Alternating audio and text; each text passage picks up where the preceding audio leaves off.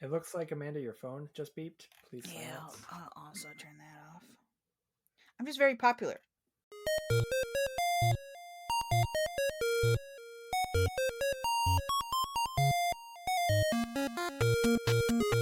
One of the things that helped me with my fear whenever I came across spiders that I thought that I had a hard time seeing as beautiful or not creepy was learning about their eye arrangements, their hunting strategies.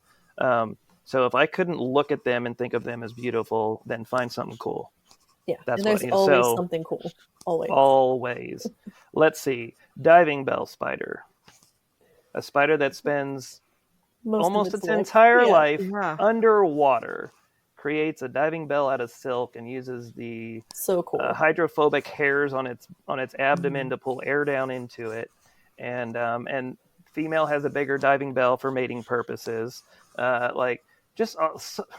I mean, that in itself is pretty cool. And then you have, like the net casting spider, also called ogre face spider, yeah. actually makes a net and like snatches up its prey with it. That is too cool. I'm sorry. Like if you, it's like a cartoon. It's Spider-Man stuff. Yeah. That's Spider-Man. Fishing spiders, the one that's near and dear to me, they have the hairs on their legs that they can, sense everything that's going on in the water. And for those that don't know, the hairs on spiders or insects are sensory organs, and that's how they sense the world.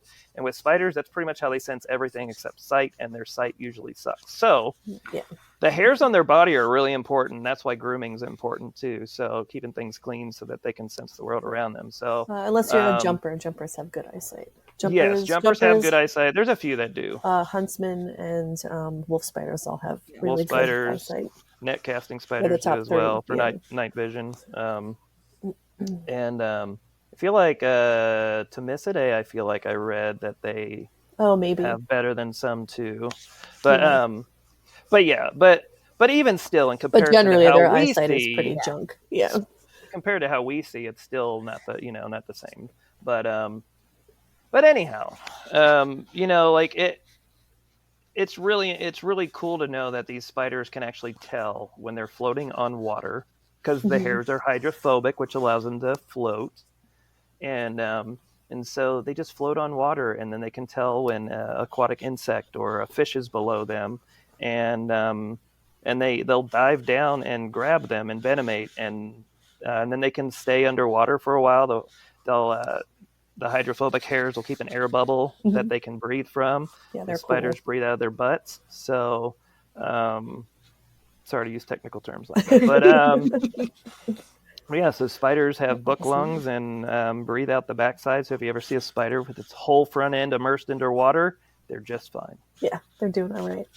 So we talked a little bit about Sarah Rose's incredible book. Yes. And All Bugs Go to Kevin. Do you have any other good identification resources you can suggest or recommend? So, I like using Bug Guide as far as things to have handy with me when I'm out in the field. Having a Kaufman Field Guide, of course, Sarah Rose's book is nice because they're not a huge book, so you can just carry them along with you and take a gander when you find something you want to identify or learn a little bit more about. And AI is one of those things that a lot of people love, but when it comes to arthropods, it sometimes can get you in the ballpark. But I don't ever trust an identification, and even if I think it's right, I always triple check. Like I am plugging the scientific name into Bug Guide, looking at the identification information to see if it matches up with all of the things that I can see in the photograph. And I just make sure that I do the work. And if I'm still not convinced, then I keep it at genus level ID, and that's okay. I want to be accurate, I want to just make sure I'm teaching people the best information I can. And so if the best I can get is genus, that's what they get. And so, yeah. So if I want to start my own Kevin journey, what do I need to do to start going out and photographing bugs and learning about bugs? What would you recommend? So are you talking about part of that journey being like overcoming the fear too? Well, I'm just trying to think of I think specifically often of my husband, who is petrified of spiders, doesn't like bugs, but petrified of spiders. Hmm. What can I do to help him get down that road of like, hey, they're great actually? Like, what's the first step? Is the first step just wanting to get over it? Yes, absolutely, and that's the first thing I was going to say, because one of the things I run into a lot is people, the second you bring up a fear that they have, an animal fear, they're like, no, no, no. They don't want to hear anymore. They're like shutting it down before you can even get anything else out. And so if they're in that place, they have to get past that place. You have to want to truly work through that fear. Yeah. And so that would be the first step, is just saying, okay, I want to do this. And as long as you keep that open-minded approach, I think that you can get there. In some cases, people are so phobic that they need professional help, and that's totally okay. If somebody needs to seek out a mental health professional to get over a phobia of an animal that is not likely to ever cause you harm, I think that's kind of important if it's changing your world in a way where you're not experiencing your life like you should. If you're not living, that's a big deal. And that's one of the things that just gives me such joy, is seeing people live their lives where they weren't before through All Bugs Go to Kevin. Just a little education, desensitization through looking at photos and just having conversations with people. The water thing, the water on a Q-tip is changing people's lives. It is giving somebody this connection with wildlife like they would a bird or a sick rabbit or whatever, an animal that they think of as fuzzy and cute. They are now connecting with a spider in that way, and it is life-changing for some people. Never expected that. When I talked to Kelly in Texas and told her, give water in a Q-tip, I've never done it. I just know it'll hold water. If they want water, it gives you some distance. That's all I was thinking. It gives you some distance and control. And then more and more people started posting posts of giving water, and people are seeing this and going, okay, this is like this building block of life that I take in every day that I need too. And I'm having this personal connection, right, and sharing it with this animal. And there's this there's just this beautiful thing that happens, and it makes me happy, and it just to see people connect with that and go, okay, I think I'm going to try this. I think I'm going to try this, saving these animals. And there's it feels good. You're releasing endorphins to just help another animal. And it doesn't matter whether it's a cute, fuzzy rabbit or a cute, fuzzy spider. Mm-hmm. And they are cute and fuzzy. You can get that way. You can get to where you actually see their beauty if you just learn more about them and find things to like about them. Eventually, the fear just melts away. And next thing you know, you're not thinking all the negative thoughts anymore. So, I don't have kids of my own, but my friends have children, and I love when they bring me bugs. Aunt Kelly, what's this bug? Aunt Kelly, come look at this spider I found. And I'm like, oh, all day. And one of them brought me to a spider who had passed, who was dead. And I explained to him what happened, and he said that he hoped that the bug's mommy wasn't sad. And I was like, oh. I said, it's okay, pal. This bug doesn't live with his mommy anymore. She'll never know. And then he asked, you know them. Okay.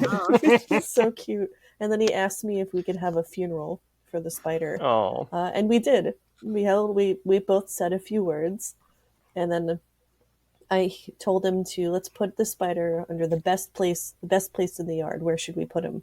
So he wanted it to go under the bush. Under a flowering bush in the front. So we moved it under there, and we said goodbye. And it was just so touching for a little guy. I think he was probably, 6 or 7 at the time, to feel that love and connection to this little spider in the driveway. Like, you know what I mean? And yeah. Very, very sweet. And it makes my heart explode because to think about children having all these great thoughts about bugs, and you're doing this all the time for so many people, kids and adults alike. It's awesome. It's a good thing to have around. It's amazing. Working with kids. I mean, I used to work in juvenile detention, and so I've just got a heart for kind of the misunderstood in general, I think, and the misinformed, and kids are just great because some of them have fears, some of them don't, but they're so much easier to kind of turn around usually, and they're so inquisitive. Kids ask the greatest questions, especially like the kindergartner or first grade age level. They ask some stumpers. Yeah, Get the older kids, and they think a little bit more like we do, and Yeah. and then there's some good questions out there, but usually none that make me go, Yeah. I'll Yeah, have to get back kindergarten to you will on hit you that. with like, if I had 13 spiders, which one would be the king? And I'm like, I don't know. So we talk about bugs and their connection to superheroes, and that bugs need a hero on this podcast. Are there any bugs in particular you think could really need a hero at this time? Who needs the most help? I'm an advocate for anything that people fear, because I think getting past that hurdle of fear, once you do that, everything else is just like fun. It's icing on the cake. It's just like it's bonus material that just helps you fall in love more with the environment and love the world around you a little bit more and see the connections. So for me, it's things like spiders, of course, especially medically significant, wasps, bees, Those scorpions. roaches, So cool. I feel like scorpions are one of the scorpions. ones where like I need to learn more about scorpions because I think they're so cool looking, but they kind of freak me out still. Because I mean, they got a tail with a stinger on it. That's like intense. But like, I don't know. They're so cool. I want to know more about scorpions. I think they're fascinating, and the first scorpion I ever got was I had gone to a show and they only had one species, and I'd been keeping spiders already for a while, and I was like, okay, I think I want a scorpion, and so I looked at it, and I wasn't familiar with the species, and it was Titius cirrulatus, which is the Brazilian yellow scorpion, and don't quote me on the scientific name, but it is like the most medically significant scorpion in Brazil. It is definitely something not to be trifled with. And this is my first species because, I read about them and they're parthenogenic, which means they clone themselves basically. Yeah. And that is so cool. And I got to see it. So, the cloning thing is wild to me. Like it's so cool. Like there's some lizards that do it too, I think. Yep, lizards and snakes will do it. Yeah, and wild. In the scorpion world, I think there's a dozen species, maybe a few more that have been discovered that they know are parthenogenic. We're at Christmas time, so it's the right time to talk about parthenogenesis.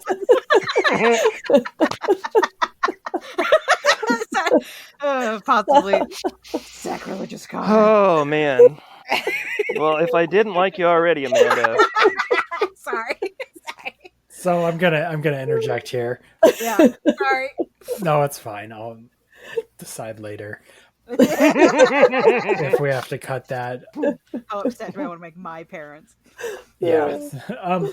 But we're at about an hour and a half recording time, so I want to make sure, Kevin, you're still doing okay for time, and maybe we do leg segments. Well, Kevin, it was so awesome to talk to you. In general, how many legs would you give bugs? Or maybe how many legs would you give your Facebook group out of 6 or 8 legs? Your choice. Is it a 6 out of 6 Facebook group? It is a whatever number out of that number. Yeah.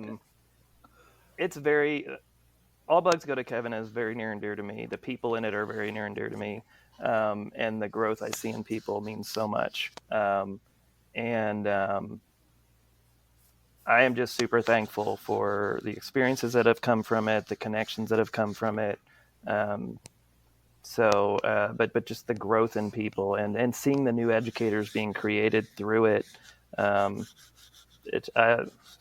I love my group, and I love just my admins. I wanted to make sure I didn't forget them. Like they are amazing people, and we truly are a family. We don't call each other, we call each other a team, but we call each other the admin family, and we look out for each other. And You know, if one of us is dealing with loss, we reach out to each other via phone, sometimes send each other little care packages. I mean, I am one of the richest men in the world, the way I see it. I don't have much money, but I have so many amazing people and so much love and support around me through my admins, through the Facebook community, like of bug lovers. Not just All Bugs Go to Kevin, but the admins from some of the other big groups that are doing really good things. And I'm just blown away. I can't believe this is my life. I feel like I'm watching a movie of somebody else's life because I have had like a lifetime worth of experiences in the last 4.5 years since I started All Bugs Go to Kevin, and I'm just super thankful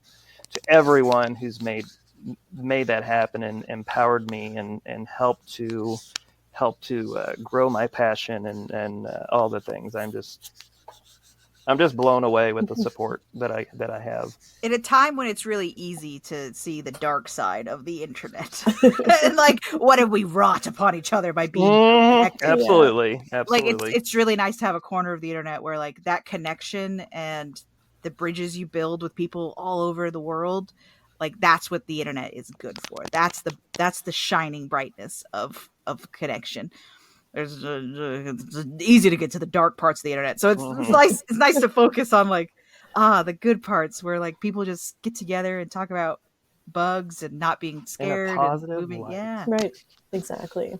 Yeah, I would give All Bugs Go to Kevin 8 out of 8 spider legs. 8 out of 8 spider legs. Yeah. Specifically.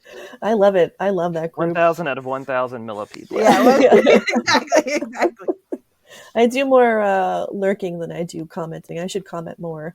I feel like I'm totally unneeded because there are so many awesome experts on that page. I'm like, they don't need me to say anything. But I love looking at the photos. I should share more of my photos. I don't take very good Yes, you should. photos.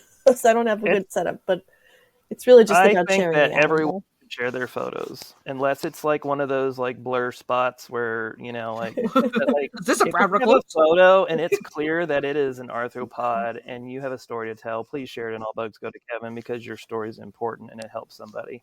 And that's why the community works. It's almost like a 12-step program for bugs. As somebody, I'm a recovering alcoholic, and it's something that you don't have to cut, Derek, me saying that. I am a recovering alcoholic, and I'm proud to say that. And I hope that that by saying that people who are suffering can see that you can get out and your life can get better and you can do big things. Oh, yeah. I didn't know I could do big things, but here I am doing it, and it would not be without my sobriety. And so, I don't even know why I went off on that tangent. You felt it was important to connect on something else.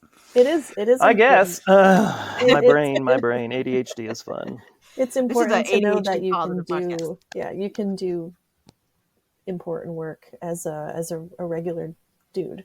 You know, A regular don't- Kevin. a regular Kevin. Yeah, I'm not an academic. I don't know if we said that. I am not an academic. So anybody who I have a lot of people that say you should go to school, be an entomologist. There's a part of me that doesn't want to. I kind of like being the guy who can show people that you can do it. And if you're like me and you're in your 40s and you want to make a difference, you're not too old.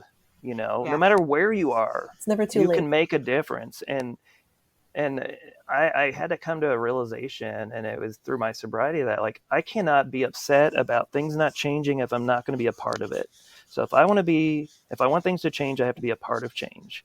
So anybody hearing that right now, if you want things to change, step out, be a part of it. It can be scary, but everything scary I've done in the last 7 years has been some of the most rewarding things I've done in my life. And I'm just thankful for all of it. And I'm thankful for you all too. So. Oh, thanks. Thanks, Kev. I'm thankful for you, buddy. I'm thankful for everybody. Yeah. I'm thankful for bugs. Yeah. Is this where we sing Kumbaya or? It is. Oh, I must also congratulate you on the rare, successful double pun. of All Bugs Go to Kevin. 'Cause it's not Thank just you. I cannot take any compliments or anything on that. That is my boy Nick Martino, who is in Insect Identification, which is the first place I ever adminned. And All Bugs Go to Kevin would not be what it is if it wasn't for my time in that group and Ant-Man's Hill. I help in there too.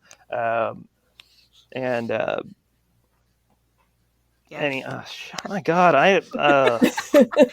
it's hard to change 2 words in a phrase and have it still read correctly. So I went to Insect Identification. We have a group chat where we talk about all the business dealings of the day, and I just said, okay, a lot of people have been reaching out. It was after I just got my first camera, and people were like, okay, your photography looks so much better than it did before, and so I was like, well, I got a camera now, and they're like, okay, you need to start your own thing. You teach differently than a lot of people do, and you just connect differently than people do, and you should do your own thing. People will come. And I was like, well, I don't really want this place to be all about me. And so I was like, okay. So I started kind of working on what I wanted the template, so to speak, to look like for All Bugs Go to Kevin. And then it was like, okay, once I had that, I needed a name, and I just went to Insect Identification group chat, and I said, okay, I'm going to do it. Does anybody have any ideas? My last name's Wiener. I was trying to see if I could come up with something fun around that, but like Wiener Picks probably won't get the right following. And so Wiener loves bugs, not so great. Nick Martino, who is super clever and witty, very quickly spits out All Bugs Go to Kevin. And other people actually it's so perfect. Put up some pretty good ones too, but I just could not let that one go. And little did I know that having my name in it would bring so much attention to me individually. And as much as I didn't want to make it all about me, I'm really glad my name was put in there because my life has changed so much for the better. Yeah. So I've become a better human, not just a better entomologist and arachnologist. And I've just... my life has been just so enriched by all the people and the experiences. I am just so thankful. My partner, and I'm thankful for this today. So say that again, Derek. Oh, my partner specifically wanted to know why or what you do with all of the bugs that go to you. What do they do when they get to Kevin? Clearly photograph them. But the animals that do find their way to me, literally, some of the animals I have are saved from pesticide exposure. And so they get, they may get put into an enclosure and taken to schools and events and things for people to see why they're so cool and so important. So in some cases they come to me, that's what happens. But in most cases they just get a photo shoot. Looking beautiful. And people can see all those photos at facebook.com/allbugsgotokevin. Do you have any facebook.com/groups/allbugsgotokevin? Do you have any other social media stuff? Yeah, sorry. Any other links you'd like to plug? Sorry, Amanda. We had the same thought. Yeah. Anywhere else I could see your stuff? Well, I've already plugged Insect Identification on Facebook and Ant-Man's Hill. Andrea Haberkern has a group for people who like to just let loose a little bit more, and I always end up messing this up when I say the name of her group. But Andrea was actually the person who reached out to me about doing the NSOC 2020, and I will say that changed my world. Okay, so it's called Spider/Bug Questions with the Bug Girl, and Sarah Rose has several groups that are amazing, that are state-specific for Tennessee, Ohio, and I feel like there might be another one, but I'm not going to mention anything just in case I don't want to mess that up. But Sarah helps out where she can on social media, and definitely in All Bugs Go to Kevin. She has been just amazing, and she just there hasn't been a tag that she hasn't come and helped me when I need help on a question, and then just the person she's been in my life, I've been pretty thankful. So, but I could think of like 10 million links, and if you can't tell I'm a talker, so do you want to do like an hour-long link session? I wasn't prepared with links. That's If you- okay. Just if you because come we'll up put with links in more. the show notes. Yeah. Okay. Yeah. Do you guys want any photos of mine, like for the website or anything to add in or anything like that? Send us some of your favorites, and we'll put some of those up. And maybe the bolus spider because we specifically talked about the And bolus spider. the Okay. maybe one of those, was it diving or fishing? One of those you talked There's about those. diving. too. Fishing bell. spider, yes. Fishing Diving bell spider. spider, I'll probably never see in my lifetime. But Yeah. We Good we luck. have many of those saved from the Spider-Man panel that Kelly and I did that you were gracious enough to give us those Yeah. pictures to use. And Amanda and I will be doing that in a few weeks. awesome, cool. But this was Well- great. So, but we've taken enough of your time, and it takes me about 3 times as long as each episode to edit. So I don't want to take up too much more. For I selfish understand. reasons. Yeah, people are always worried about my time, and I'll just talk and talk and talk and talk and like laugh and joke and have a good time with everybody. So I'm more worried about your time. You but feel I good, Kev? appreciate you. You had a I good do time. feel good. Okay. I did. Yeah. All right. Do you all feel good? Oh yeah. I feel great. Well, thank you so much for joining us, Kevin. Please do go look at those even just the Instagram. All bugs go to Kevin is a nice little brief little scroll through. Very Please go brief. check them out. They're so good. I can't emphasize how much I like these pictures enough. And we will catch you on the flip side. Bye. Bugs Need Heroes was created by Derek Conrad and Kelly Zimmerman, hosted by Amanda Allen Niday and Kelly Zimmerman. Bugs Need Heroes is produced and edited by Derek Conrad, with some assistance from Chelsea Bodden and a few cats. Character art is by Amanda Allen Niday. Our music is Ladybug Castle by Roll Music. Got a bug question?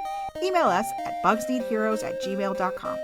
Check us out at bugsneedheroes.com, and most of the socials are under Bugs Need Heroes.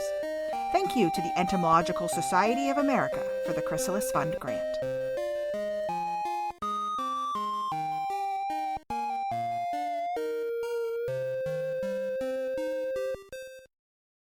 Your name should be Oscar Mayer.